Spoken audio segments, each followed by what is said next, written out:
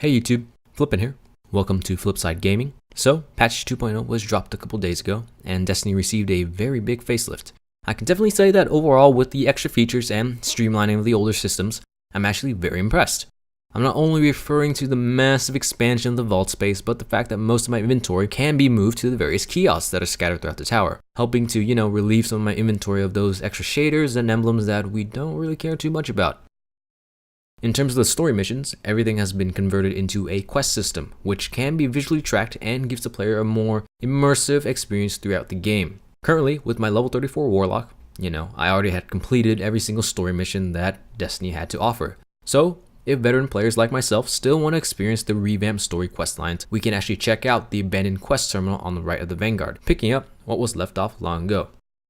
Now, on a side note, the new voice of the formerly known Dinklebot will take some getting used to.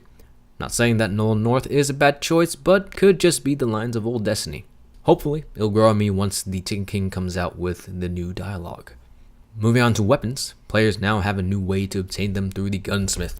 New reputation can be earned by completing set tasks assigned on each experimental weapon within Banshee's inventory.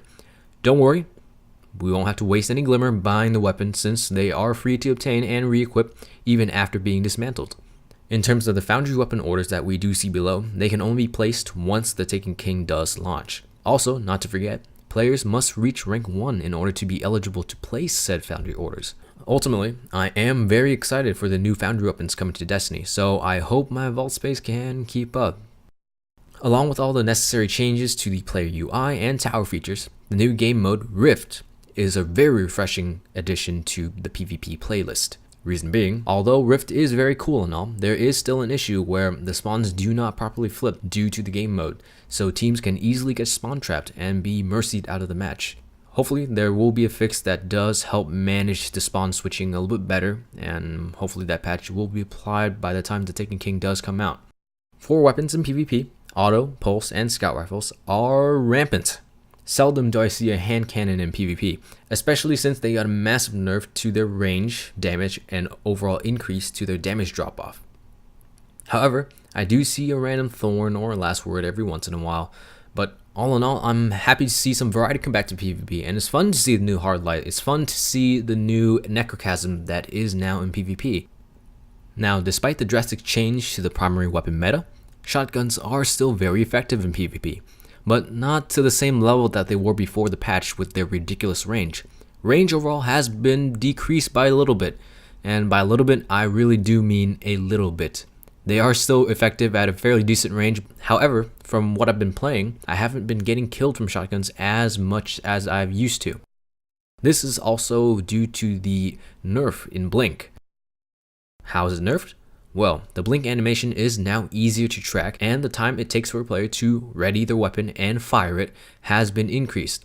This is also applied to grenades. So, with that in mind, Blink Shotgun has become a little bit less viable. Overall, Blink Shotgun is still effective, so do not underestimate its power. Overall, despite some gripes here with shotguns, I am still loving the changes that have come to the new patch in PvP. Finally, in PvE, the only thing that is slightly disappointing is the huge nerf to shotgun damage. I do agree that shotguns were overpowered pre-patch and they did need a nerf. Regardless, the current damage output for shotguns is very underwhelming. With regards to the changes in PvE, I would hope that Bungie does reevaluate what they did, knowing that shotguns have been, in my opinion, nerfed to the ground.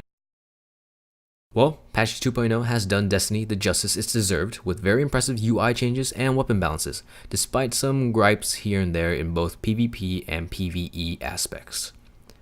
Hopefully, you enjoyed the video. Don't forget to share, leave a like, and subscribe for more. I wish you all a wonderful day, and I will see you on the flip side. Flipping out.